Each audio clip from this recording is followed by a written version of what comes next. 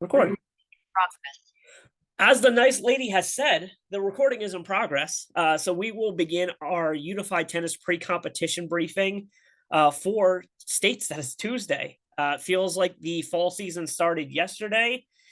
Today's November 1st. We are ready to rock and roll in about a little less than a week. So we are going to get started. Again, it'll be Katie Turner, who is our tennis chair, and then myself, Zach Cintron, who is the Senior Director of Interscholastic Unified Sports. So first of all, this is just kind of the rundown for the night. It's going to be our typical procedures if you have been in one of our pre-competition webinars. We're going to give you as much information as we can to get you guys set up for a good experience for your team next Tuesday. That's Katie. If you haven't seen Katie, Katie's also on video. You may be blessed during this webinar to see some of Katie's cats as well. So if you do, congratulations. They're very cute. A reminder on medical stuff. We will have Free State Medical, who is our go-to for being athletic trainers or medical on site. Additionally, we have contacted and always reach out to local fire departments, police, municipalities, all that kind of stuff. So we have them in the loop. But additionally, make sure as a coach that you are prepared to follow your school system's risk management procedures when it comes to traveling on the bus, as well as taking care of student athletes. If they have emergency cards, bring those. If they have the medicals or their physicals, if you carry those as a coach, always good to have, just in case something happens.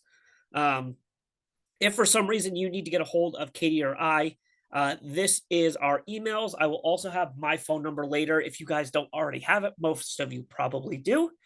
But again, just remember to be prepared for anything that your school system says as a head coach medically you should be prepared for. We will have you guys covered on site as well. Location. We are back at the Junior Tennis Champion Center in College Park. It's right on Campus Drive, which if you go west about another 3 minutes from JTCC, you are on UMD's campus. So we are right there in College Park. This is the rough schedule for the day. It's the same unified sports tennis schedule that we pretty much stick to year to year. It's worked well. And again, a little bit of a later start than what our community programs or some of our other IUS programs may do, just because there's a decent amount of travel for some teams for tennis. Again, we do have programs coming as far west as Washington County. We do have Mardella joining us from Wicomico High School or Wicomico School District. So there is some travel that is needed. With that said, we want you guys arriving somewhere between 9 and 10 o'clock. 10:30 is like the absolute latest because that's when competition begins. But if you are getting off the bus when competition begins, it's going to be really tough to get you on a court if you're in one of the first matches for sure. So please do your best to get there closer to 9 or 9:30. It'll give you some warm-up time. It'll give you some time to settle in with your team, find a spot for the day, so on and so forth. The first thing Sorry, Zach. I was going to jump in real quick. If your bus is running late, because we know that buses are still a nightmare, and you are one of the first matches, the sooner you communicate with us that you are going to be X amount of minutes out, I can bump your match so that we can give you a chance to breathe once you get to the courts. I'm not going to throw kids out immediately if their bus is late. Yep. So please just communicate with us and then we'll take care of you. Yeah, absolutely. My cell phone is on a slide in the future about if you're running late and stuff. So please take that down when we get there.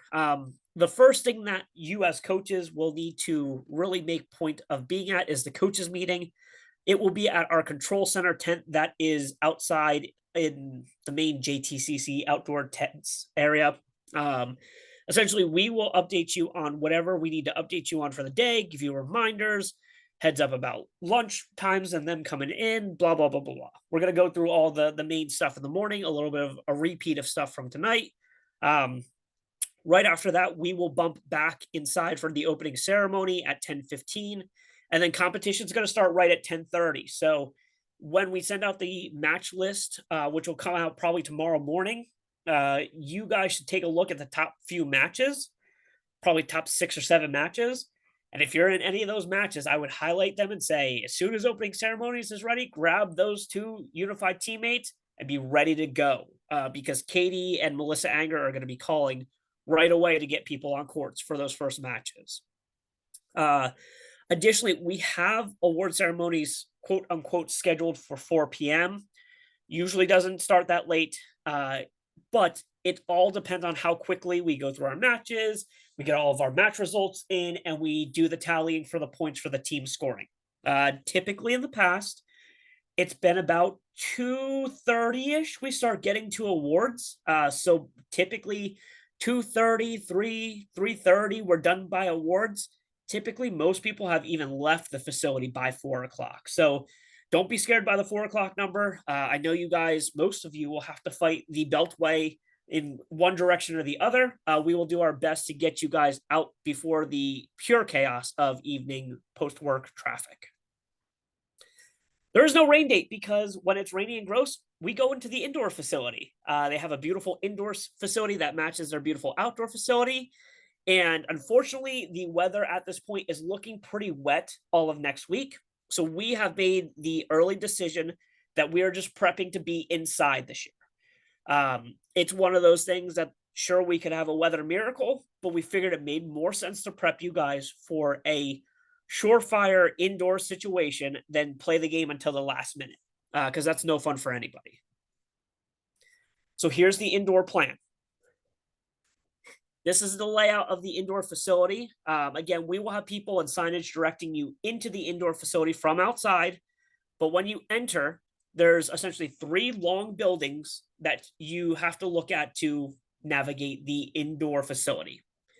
The first indoor building that you'll walk through, they are all clay courts. We don't want anybody from any schools on the clay courts.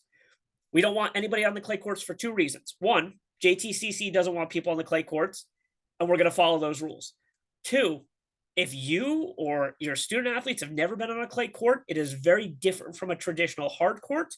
They can be slick or slippery to a degree, depending on what type of shoes you are wearing. But in that first building, nobody goes on the clay courts at all. From there, as you proceed through the first long building into the second one, following that pathway, that is building 2. That is where the majority of our tennis will happen. We will have those 4 blue doubles courts, and then there's a singles court at the end there that we will play red ball matches on and have skills on as well. The last building, which is building 3, when you go through, we will have the right-hand side of that building. There will be 2 more doubles courts and another singles court that we will play red ball on. There is a small Virginia Youth League tournament that is happening that day. It's election day, and Maryland schools have school, but Virginia does not. So there's a youth tournament. Their tournament is so small, those 2 courts might be over early, and we might take advantage of that. It may not be. So our game plan is we're just not planning for those 2 red Virginia Youth League courts at all that day. But should we be blessed with them finishing early, we may take advantage of that. But this is the indoor map. Additionally, those courts are numbered, and you will see that in a later slide. I will be printing multiple copies of the slides with the numbered courts on it for you, and it will be in your coach's packet. You don't have to memorize courts. You're going to have plenty of copies that tell you which courts are which in your packet when you pick it up. Right. So again, a couple notes when it comes to the indoor game plan. Essentially, when you get off your bus, you're going to walk down the backside of the facility past the 3 indoor buildings, and you're going to walk past into the outdoor facility part. At that point, coaches will stop at the control center, and you guys need to pick up your team packet. And additionally, we need you to report any scratches that you have immediately so we can get them to Katie in case she's got to modify the match schedule. If somebody's sick that day, if somebody missed the bus, if there was a family emergency that happened, we get it. Things happen. Report your scratches ASAP when you roll in, because it lets us modify and fix the court schedule should we need to. Additionally, after head coaches are, while head coaches are checking in at the control center, your assistant coaches, athletes, unified partners, paraprofessionals, whoever is part of your team should go into the indoor building so we can get you guys to the court where we're going to have opening ceremonies. We're going to have plenty of signage to direct you to the indoor building. Just keep following the SOMD signs and they'll lead you straight into the indoor buildings. When you are going to go into the indoor buildings, if your assistant coaches can tell your student athletes to hold on to their stuff until we get you to a spot where you can settle in for the day, please hold on to stuff. Don't just walk into a building and drop stuff. We want to make sure that pathways are clear, everything is walkable, and everything's accessible. With that said, we understand that you guys at some point will be sitting in some of the indoor pathways, in the best appropriate manner you can. We understand that some of you will sit outside potentially if it's going to be not too rainy. It's supposed to be in the mid 60s, so it's not going to be too cold either. Some of you may sit outside. Some of you may sit in the JTCC lobby. They have a very nice little living room situation there. Tends to become a very quickly first come, first serve to see who gets to sit in the armchairs. But again, don't just plop your things down. Go into where opening ceremonies is going to be, and we will get you settled before opening ceremonies. Additionally, if you do decide to settle outside to make Katie's life and Melissa Anger's life easier when they're scheduling, getting the matches in order and staging them, please have a coach or somebody from your team inside at the staging area to hear who we're calling for.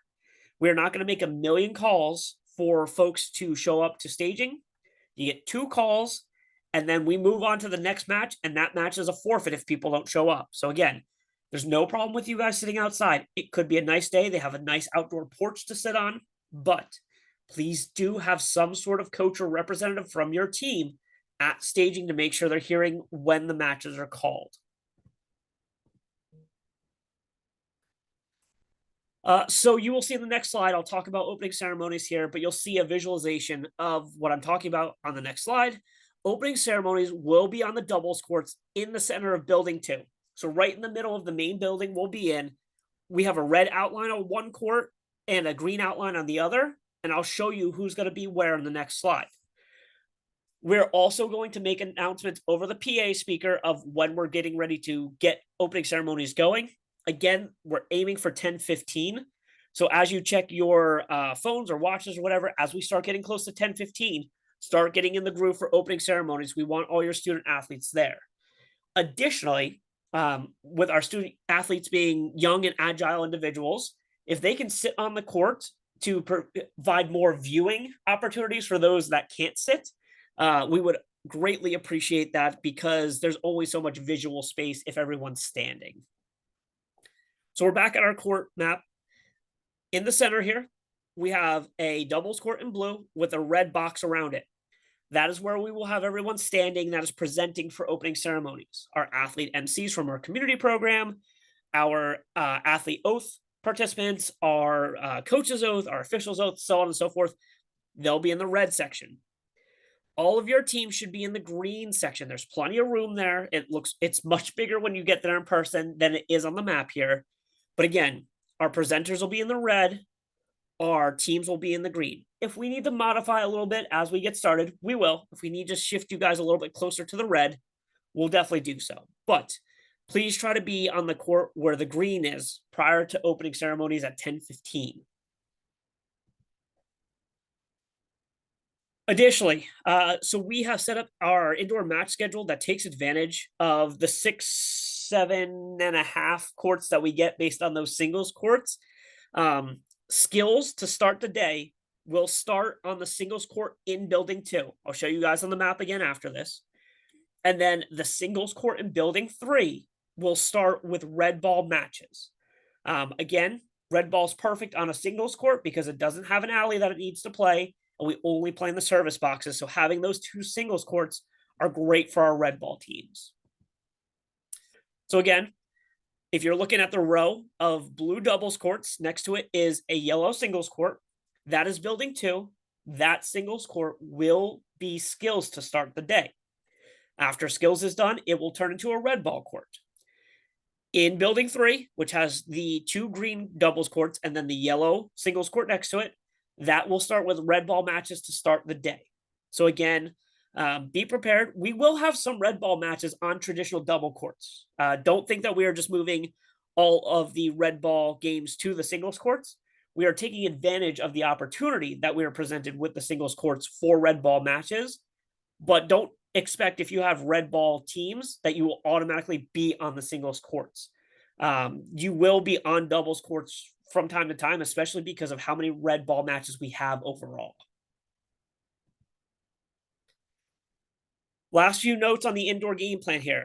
Lunch will be distributed in the outdoor section where our merchandise is. It's by the wall ball court. We will show you guys on the next map where it is. You can eat anywhere that you're sitting that's not on a court. Essentially, food just cannot go on any of the courts. But please, when you are done, clean up after yourselves. We will actually give you in your delegation packet, we're going to give you 2 garbage bags. If you fill a garbage bag, let us know. The JTCC janitorial services will come around and pick up garbage bags as we go. They'll clean out their own garbages.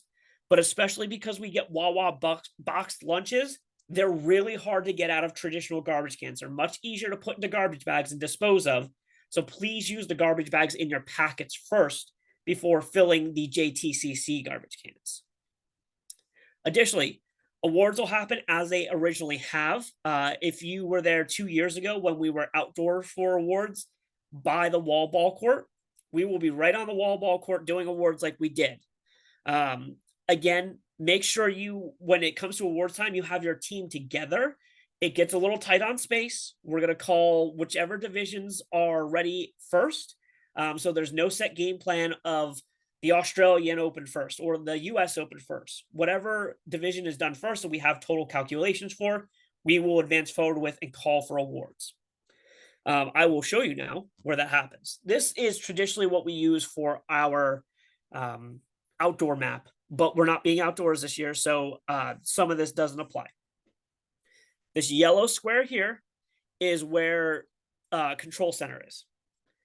Where the orange box is, that Lehigh Road is where you walk down from your buses and walk past this portable small building here. And that's where you'll see Control Center at the beginning of the day. As soon as you walk in, we'll have signage. Mike Sarnowski, our VP of Sports, will be there. You'll check in with him as a head coach. This green box that is right next to the Control Center is where the wall ball court is. The wall ball court will be where awards are at the end of the day. Under the tent near the wall ball court, you will find merchandise. And that is where you can pick up lunches when we call you that you can pick up lunches. I'm going to turn it over to Katie here for modified match play. So as we were mentioning, everything's going to be inside this year. And for the sake of time and to make sure that we have everything put in place for your teams to have the best time as possible without us getting kicked off the courts, because JTCC does have other activities after our matches that actually may end up pushing us. We are going to implement an 8-game pro set this time around. For those of you who are not familiar, what it is just 8 straight games. There's no sets. There's no 2 sets of 4. It's just straight 8 games. This is something that I have actually done as a varsity tennis coach in Prince George's County, so I am very familiar with this. It goes very quickly, and you can get a lot more matches in and out in a much smaller space. So this is not something that we have implemented before. I know some of us are a little confused, like we've done sets all season. So this is just something a little bit different just for the sake of time, or else we will run out of courts purely because we will get pushed off. So when we're playing this, they have to win 8 games with a margin of 2. So they would win, like if it's 8-6, 8-5. When they get to 8-7, they would play that last game. So it could be 9-7 because it's still by 2. But if a match gets to 8-8, it becomes a 7-point tiebreaker, and there is no ad scoring. So they don't have to worry about that. So like I said, it goes much faster. But yeah, so if it gets to 8-8, they play a 7-point tiebreaker, and then we go based off of the amount of games won per team. We are going to reduce the amount of time that teams are on the courts purely because we have such limited space. So matches are going to be 35 minutes this time around. And when time runs out, we're not going to immediately yank them off the courts. We're going to let them finish out the game that they're playing. So if they're at love all and the 35 minutes is called, they get to play out the game. But they cannot start a new game. So let's say like it literally is 34 minutes in the kit and one of the athletes swings for their serve, they get to play the game. But if they didn't and it hits 35 minutes, we're thank you, but you're done for the day. Your match is done. If after completing the current game or not starting a game, the game score is tied, a 7-point tiebreaker will still be played to determine the winner. So Zach was with the students at JTCC today, and he has walked them through. So they are familiar with tie breaks and everything. So we have some very good hands, or we're in some very good hands. Yeah, absolutely. The kids at JTCC literally every day that they go to school, they show up at JTCC, they go to school, they play tennis, they do a little bit more school, and then they play more tennis. So that is their life on a daily basis. They definitely know tennis. We talked about red ball today. We talked about how keeping score works. Additionally, I think the nice thing about this 8-game pro set, even though we're on a court/time crunch a little bit, the nice thing is you're always going to play at least 8 games for a match, because even if it goes 8-0, it's still at least that 4-0, 4-0 that you would have gotten in 2 sets.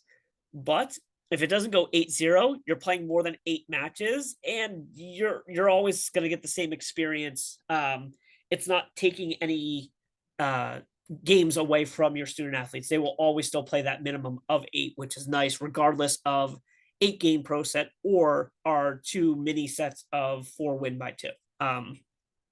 Any questions on this? Because this is probably the newest and potentially most unusual thing implemented for states.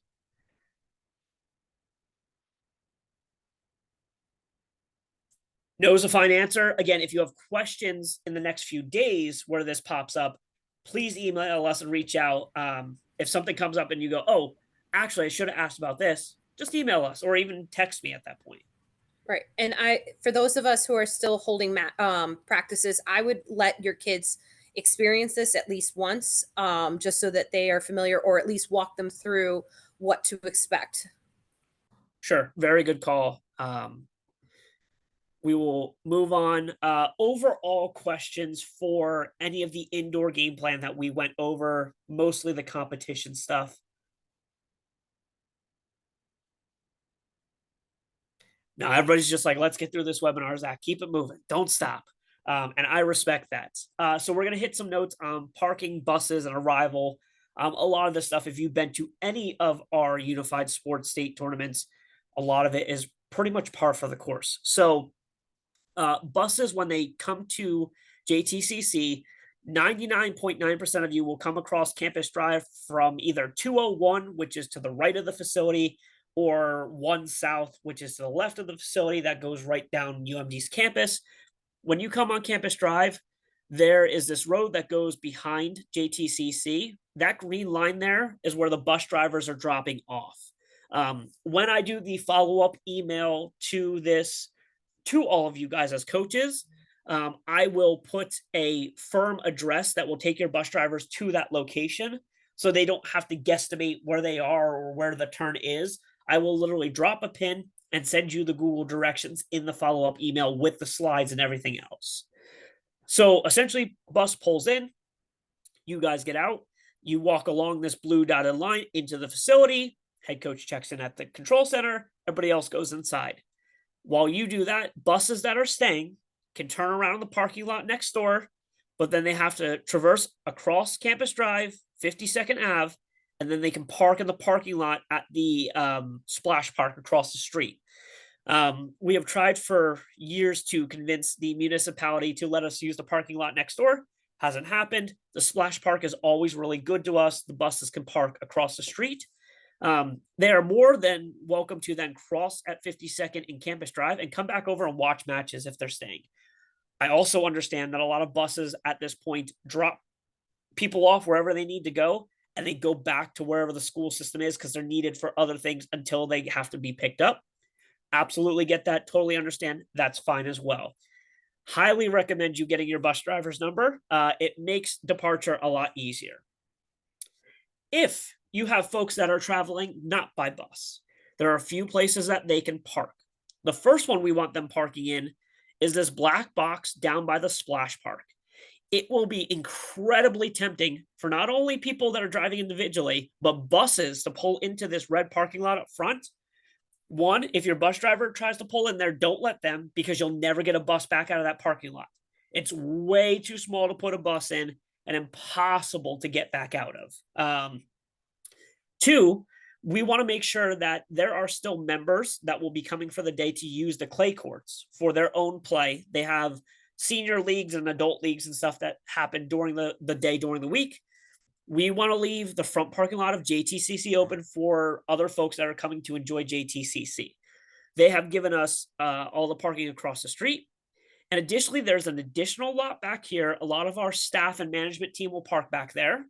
But if somebody's coming and they don't want to walk across Campus Drive, they're more than welcome to pull down this back road and park in this lot and walk through the back gate of the facility. So if you have somebody that is coming that is not coming on the bus, please either park across the street at the splash park parking or in the back lot here where our management team will be parking. With that said, if folks park in these parking lots, either bus drivers or people that come in cars, we will have UMD/Prince George's County police officers helping people cross Campus Drive. Campus Drive can get a little busy in the morning sometimes, and people sometimes like to speed through there. So we make sure that we have campus police helping get people across the street. Additionally, if you have somebody that needs handicap parking, please let me know after the slides, because I can save them a spot in the back. We don't have a lot of spots back there. It's maybe a half dozen to a dozen. But if somebody needs handicap parking that's coming not on a bus, let me know. That's exactly what this slide says. That's mostly staff parking back there for JTCC, and we don't want to interrupt their daily flow and function. But they're very nice to us and allow us to park handicap parking back there. So if you need it, please let me know after the webinar. Either hang on or send me an email or shoot me a text, whichever works for you. Any questions on parking or arrival? Pretty easy. I'll send you the map as well for your bus drivers.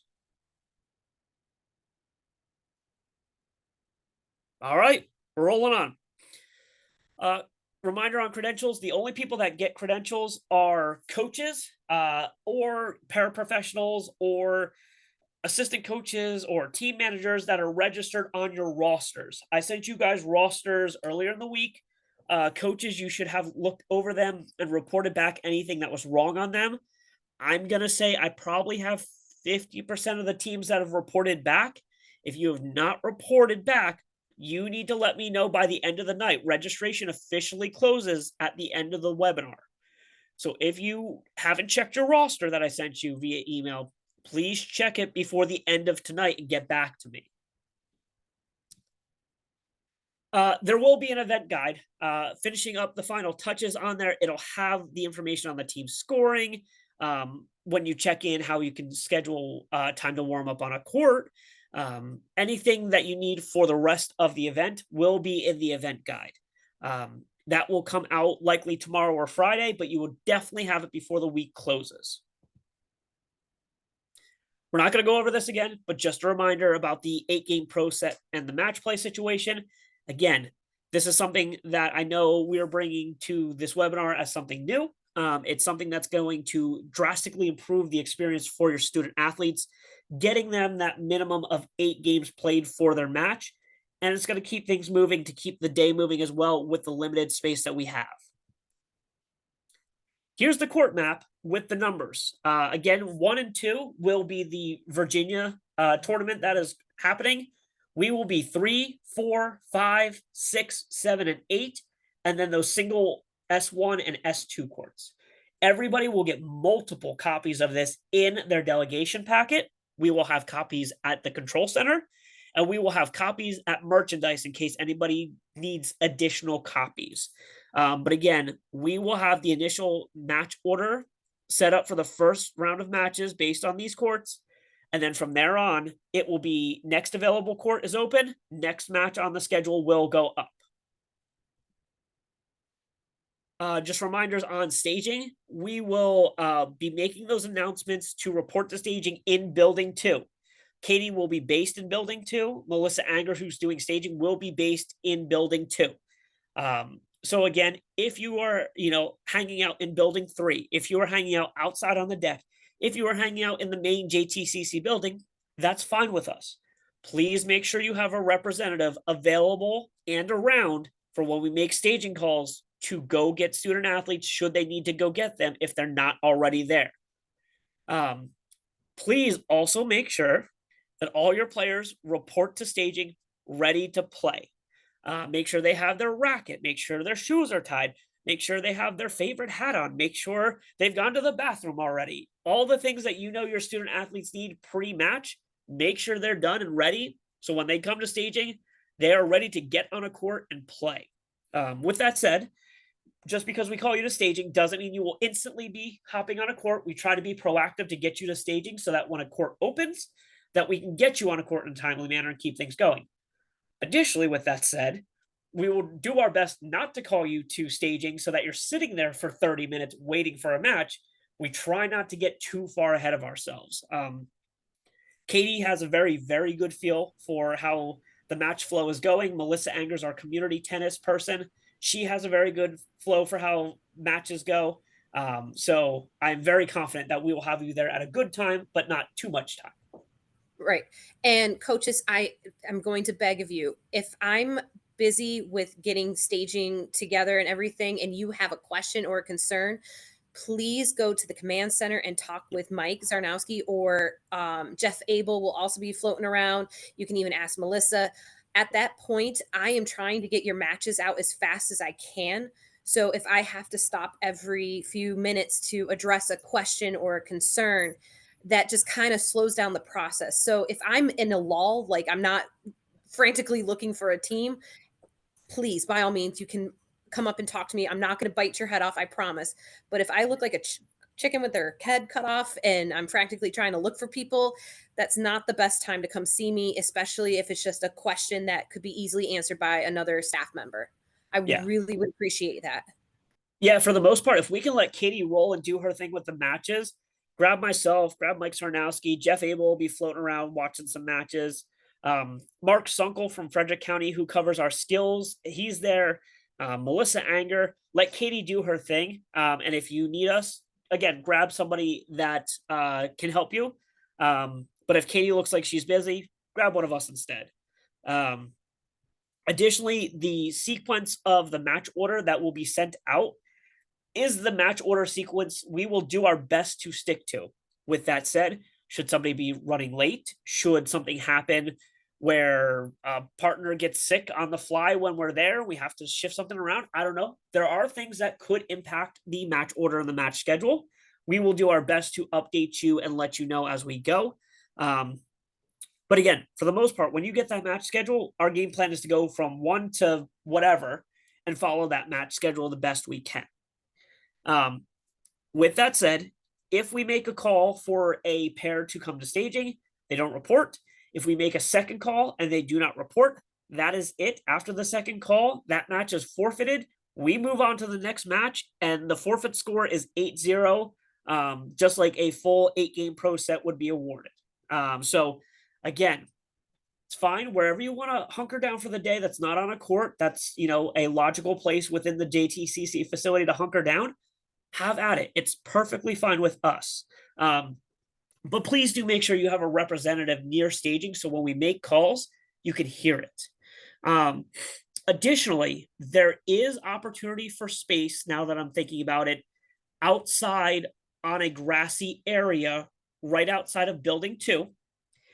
If you would like to proactively pack a 10 by 10 easy up type of tent for your team, we could allow you to be out there, and it's pretty close to building 2 as well. So think about that. If you know your team well enough to say, you know what, mid 60s, a little bit of a drizzle with, everybody bringing a chair to sit on outside is something that we'd want to do.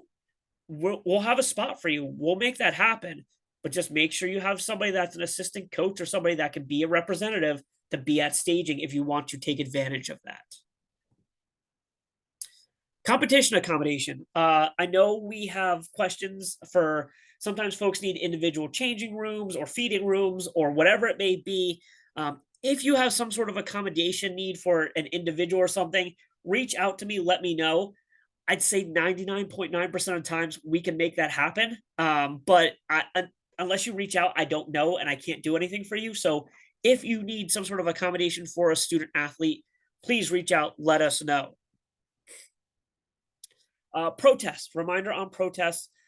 You can file them within 15 minutes of a completion of a match. So when a match finishes and completes, you can file a protest if you think there is something wrong. A reminder though on protests, when a match finishes, if you are going to be asked to sign a completed match sheet, if and when you finish and sign that completed match sheet, that means everything stands. The match was great. Everything with that match is okay. So if something happened in that match that you thought wasn't right and you feel like you may need to protest it, do not sign the match sheet. I will remind you of this in the coaches meeting as well. Don't you laugh at me, Coach Jen. I know what you're thinking about from Bocce last year. It's okay. We're going to be okay. I promise. Additionally, with protests, now Coach Jen's got me all off track because I was laughing because she was laughing. Additionally, with protests, don't sign the match sheet. Oh, if you think there's something wrong with a match, we're in a red ball match and accidentally somebody called that the alley was in play. That's not right for red ball, right? Go to the court official, say, hey, I don't think we're supposed to be calling the alleyway for red ball matches. Typically, we don't do that. If we're not sure of that, I think we should stop the match. I talked to all the JTCC students today. I said, if you think there's something wrong, if a coach thinks something wrong, stop the match. Stop the match. We're more than happy to stop the match and stop the timer on the match to come out and say, hey, what's the problem? If we can resolve the problem right away in the match, we're good. It makes protesting not as much of an issue. Not to say that you may not still protest it, but again, don't be afraid to speak up politely to the match officials and say, hey, I think there's something wrong. Typically in our rules, X, Y, or Z happens. Why don't we go grab a staff member from SOMD? They've been trained at this point to say, yes, I think that's a great idea. Why don't we grab somebody, stop the timer on the match? Somebody comes over, we talk about it, we resolve it, match continues. Additionally, if you have something that you want to protest, that is an official's call. You can't protest an official's call. If an official is watching the match and you think that the ball was in and they said it was out, that is the official's call. They are trained officials, especially these student athletes from JTCC. They know the game of tennis very well, and that is an official's call. Again, if it's something that has to do with our sports rules that are violated, if it has something to do with potential sportsmanship situation, any of those kind of things, totally protestable. Again, don't sign a match sheet. Come to the control center. Say, hey, I have something that I think I need to protest or I want to protest. We will have protest forms. You'll fill it out and we'll go through the process. With that said, I need to finalize who the rules committee will be to review protests. We'll have our head official from JTCC. We will likely have a district rep. I will wait until we see which district reps do show up for the day. And then typically we will also have another unified head coach. With that said, just so you know, if there's a protest from a county where the district representative assigned to the rules committee or the head coach assigned to the rules committee, if their team is part of it, they're removed from the rules committee and somebody else is put in their place. So we'll go over this stuff again. Morning of, this will be a coaches meeting thing, but just clarity with protests and how they work so you guys know and have yourself set up for success at the state tournament. So Zach, a question did pop up of who will we have as court officials? So it is going to be the JTCC students. Are we going to also have volunteers from the community that will train? Unlikely. I think it's going to be 99%. When I was there today, I think we had probably almost 15 or 20 JTC junior tennis players that were there. that we trained today. So I would think that it is going to be 99.9% JTCC students. If we happen to get a day of volunteer that's like, yeah, I play tennis all the time and knows tennis, we're not going to stop that from letting them work with us as court officials. They likely just won't be the lead official on a court. Good question, though. Very Right. good And question. sorry, and there's another one. Will we have Yep. adult officials roaming the courts as in the past? Yes. Yeah. Yeah. Yeah. And So we will have multiple JTCC adult coaches that were part of the training today roaming the courts. And we will also have Jeff Abel, who is our main technical delegate for tennis, and is our VP of programming at SOMD. So he's very well entrenched in unified sports. right. And then I had another coach ask the scorers are also acting as on court officials. Yes, because there will be a pair. It's one Yes. who will be calling lines and then one who's in charge of the clipboard. Yep. Yep. We should have enough to have pairs across the board, especially for 6 courts. And ideally, one's holding the clipboard. Both of them are using their sets of eyes to help each other. But the other one that doesn't have the clipboard is focused on the match play itself, calling lines, and in the situation that your athletes need a reminder to switch or whatever it may be, they'll also help with that. I talked to them about that today as well. All right. So, uniforms, reminders on uniforms. You guys throughout the season, I've seen district tournaments. They all look pretty good. I didn't spot check every uniform. But again, the main thing for the tops of the uniforms, they should have your school name or team or mascot or whatever on it. And then the unified sports logo that you see at the top right of the screen. I'm pretty sure all the uniforms have that. If for some reason you have an issue with uniforms going into states, let me know ASAP and we will do our best to help you with what we can. I do have unified sports patches should they need to be ironed on to uniforms. That has been a fix for occasionally we get a new team that joins that's never done unified sports. They have t-shirts with their school name on it, but they don't have the patch. So if you need help with a uniform, especially tops, let me know ASAP and we'll do what we can to help you and take care of you. The biggest thing that we see that is an issue with uniforms are the bottoms. You can't wear leggings or you can't wear shorts that have all sorts of designs and logos on them. Again, remind your team, hey, we're wearing this color short or sweatpants or whatever, and get them as uniformed as possible. If you're going to say we're doing black sweatpants, get everybody in black sweatpants. If we're doing gray sweatpants, that's fine. If somebody wants to wear like jogger leggings underneath a pair of shorts, that's okay. They just can't be straight up leggings exposed. The other thing that I've seen occasionally that should never happen in any sporting situation is a student athlete showing up to participate in jeans. I totally get that they show up to school first. And typically, on a cold day, you're going to wear jeans. Remind them to pack the appropriate shorts and or sweatpants or whatever it's going to be. Please, please, please make sure that is the case. Also, as a head coach, if you happen to think that, you know what, some of my kids don't show up wearing the right pants when I ask them to, I highly recommend that maybe you work with your athletic director to buy, a pair of black shorts in every size from small to 3X or sweatpants in small to 3X. We have a bowling program in Montgomery County for community program. I think they own a pair of khaki pants in every size ever made, every shape ever made, and they just bring them in a big tub every year to bowling because they know they have student athletes and athletes that are adult athletes that just don't wear the right uniform. Katie, do you have something to add before we get to the next part on uniforms? Right. So continuing with the uniform. So I got a question that black leggings they're okay as long as they're not see through and we can't see Sure. anything. They're perfectly fine. The one thing I want to say about this is that we have had friends show up in the past with Crocs or regular, very non-athletic Yes. shoes. So please stress to your athletes, this is an athletic competition. It's not a fashion show, so they need to dress for the occasion in this situation. I also will say khakis are not athletic pants, so those are also a no-go. I know that's a uniform for some of the different schools in the area, but they need to be in athletic clothing. Yeah, very good point. Good point on the sneakers as well. 100% everybody should be coming in sneakers. And point two, on top of that, I have minor concerns if they think Crocs are a fashion statement. So be sure to have a conversation with your kids if they think Crocs are fashionable. I know they got those little widgets that you could put on them now, but I still got questions. Um, Uniforms. Like we said in the beginning of the season, we are being tougher on uniforms and we are quote unquote cracking down on uniforms.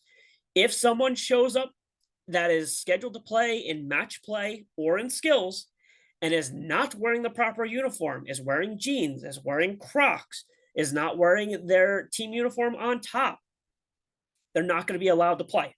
We will not let them step on a court to play if they're not wearing what is considered a proper uniform that we've gone over since the preseason webinar with district reps all the way through to having this conversation with you guys now. We just won't let them on the court. Their pair will forfeit for their match, or if they're skills, they will not be allowed to score or participate in skills. For the most part, staging, Melissa Anger, Katie, if she gets the chance, maybe Katie's husband, who's going to be helping out as well, will keep an eye out for any uniform infractions or improper attire across the board. Again, if they're not in the right pants that are approved that we've talked about, if they're not wearing the right sneakers or athletic shoes, if they're not wearing the right uniform top, they will not be allowed to play. If for some reason they manage to squeak through staging because we get busy and we're not spot checking uniforms and they get on a court and somebody realizes, an official realizes, a coach realizes, and it's brought to our attention, they're not wearing the right uniform, we'll let them finish that match. We're not going to yank them from the court, but they will not be able to score points for that, and it will be a forfeit. It'll be an 8-0 forfeit in favor of the team that's wearing the proper attire. Are there any attire questions for uniforms before we go forward? Good. So everybody's uniforms are going to be perfect, and this won't be an issue. I'm super excited for that. This slide talks about how we division. You get a little bit more of an in-depth explanation typically in the event guide. Essentially for team tennis, the way we division is we get you in a division that has equitable scoring opportunities. So you all have the same chance to score the same amount of points based on match player skills. And additionally, you have comparable match opportunities, right? So there is one yellow ball match on the whole match schedule this year. It's the first time we've had yellow ball at states in a while. We had to make sure that the two school teams that had yellow ball players ended up in the same match division so they could play. So we work on making sure all those things are set up and together. Quite honestly, the match schedule has been done for a day or two. We've been kind of looking over it because it's got a lot of names, a lot of lines, waiting for roster cleanup stuff to come in. It's 99.9% done. So we will very much have that to you tomorrow. And unless something crazy happens, it'll be in your inbox probably by like noon. So you can take a look at the match schedule. You can print it out for yourself. We'll have copies for you as well. Print it out, highlight where your student athletes are, start game planning your day to know that, hey, I have this pair going on and, match 12. If the 35-minute matches, we can crystal ball when it'll roughly be ready to go in staging. We better have them fed, use the bathroom, ready to go by that time. Just a few more miscellaneous things, and we are almost at the end here. Awards, again, awards will be outside. I know people get very excited when awards happen, but we will have instructions and we will have staff members there working with you and your teams to get you guys into award staging when it's appropriate for you guys to be there, and then making sure that you guys are set up to receive your awards on the awards podium and get your acknowledgement. With that said, please work with our staff members and management team members and volunteers to follow awards information. And as we yell things out and move you different places, please follow those directions and don't crowd the awards area so we can get things moving at the end of the day. Additionally, make sure your student athletes, when they do come to awards at the end of the day, are wearing their uniforms. We do understand that with it being outside, some of them might be chilly. That's okay. They can throw on a sweatshirt. They can throw on their sweatpants. But when you go to take pictures, if they're willing, I know not everybody is always willing, to take off their sweatshirt and show their uniform, that would be awesome. It makes a really good experience for you and a good picture for you guys to remember the really good competition that you guys had. But please be ready to be in your uniforms for your awards.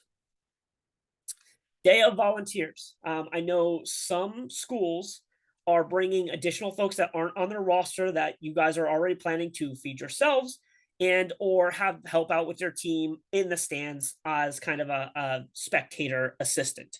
Um, if you have folks in your school districts that still want to come out to volunteer for the day or want to travel, they're more than welcome to, but they need to reach out to Sam Boyd, who's our director of volunteers, to register to volunteer. It's something that we can always use a few more volunteers. It doesn't hurt, but they need to register.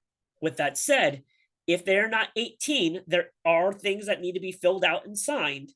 So they may need to have a parent fill something out.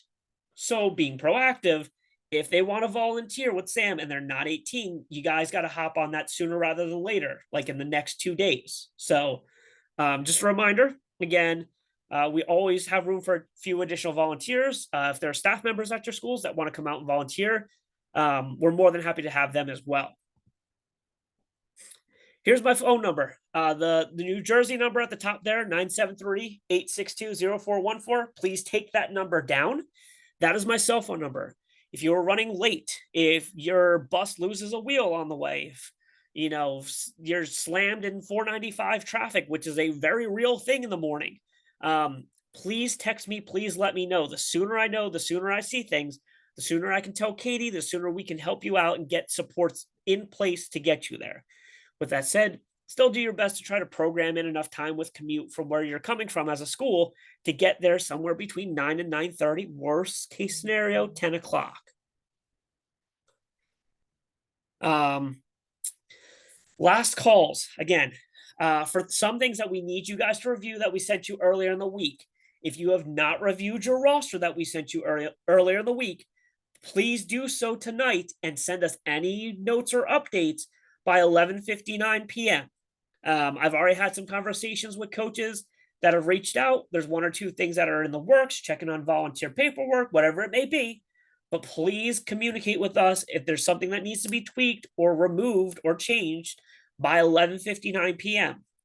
Same thing goes for lunch order form. We should have them by now. We do not have everybody's lunch order form, and Katie needs them to get them sorted. I need them to print them to put in your packets and get to our lunch team. If we do not have a lunch order form for a school, we're not going to withhold food and starve your student athletes. That's not the business that we're in by any means. With that said, we will make sure that we get lunches all out to our teams that did turn in lunch forms first, make sure we get our volunteers fed, and we'll make sure your student athletes get their food as well. If you don't turn in a lunch form, I will say we can't guarantee that. We will make sure if you want 12 turkey and what's left, you get 8 turkey and 4 ham. So again, turn in a lunch form. We need those by 11:59 p.m. tonight.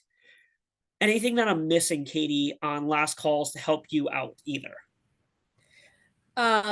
No, but I had a question from a coach about, Sure. would you like me to email you the roster corrections? So yes, please. Yes. If you can do that, that would be great. I want to make sure I clean all of that stuff up by tomorrow so we can print credentials for you guys and make sure we have the right credentials. One of the things that we have found in the past that we've struggled with from the SOMD end is making sure we have the right people with credentials and printed credentials for those people. But we can't do that unless we have correct rosters. So this year we've been making sure we're trying to get all your coaches, your paraprofessionals, so on and so forth on that roster. And by you guys double checking and getting back to us, we can make sure that happens. Other than that, final call for questions, comments, or concerns. If we emailed you our changes, can you just send a quick email just verifying that you received that? I can definitely do that. Thanks. I will say, if you are asking for you, Beth, I don't think I've seen anything from you. I sent it. I thought we were talking about it tonight, so I just sent it. But I was having computer issues, so I had to do it from my phone. So hopefully it's sent. Beth, I can confirm that I have it in my email via my phone email. So it's in there. I will make those changes tomorrow. Great, thank you. Thank you, Beth. Anybody else with questions, comments, concerns? Okie dokie. Any final notes from you, Katie?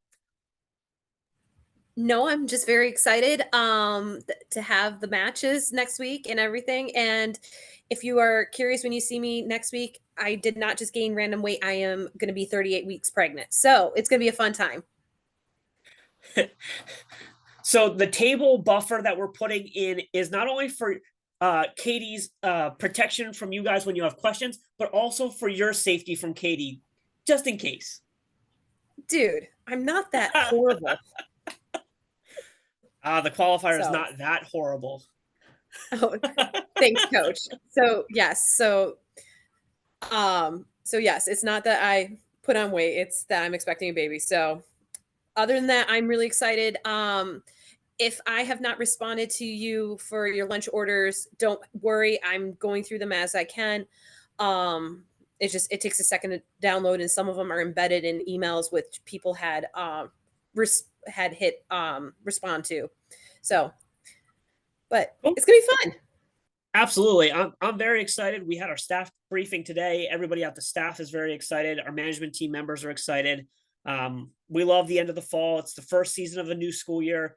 Thank you guys for everything that you've done this fall season. Additionally, thank you in advance because I know a lot of you are also winter and spring coaches, so we will see you again. But again, if there's anything that we can do leading up to the next couple days going into the state tournament, let us know, reach out, communicate. We're more than happy to work with you guys and take care of you however we can for whatever you need. And again, we got like 4 or 5 more days and we're at states and we're super excited. So thank you guys. And we will see you guys at states on Tuesday. Have a good night, everybody.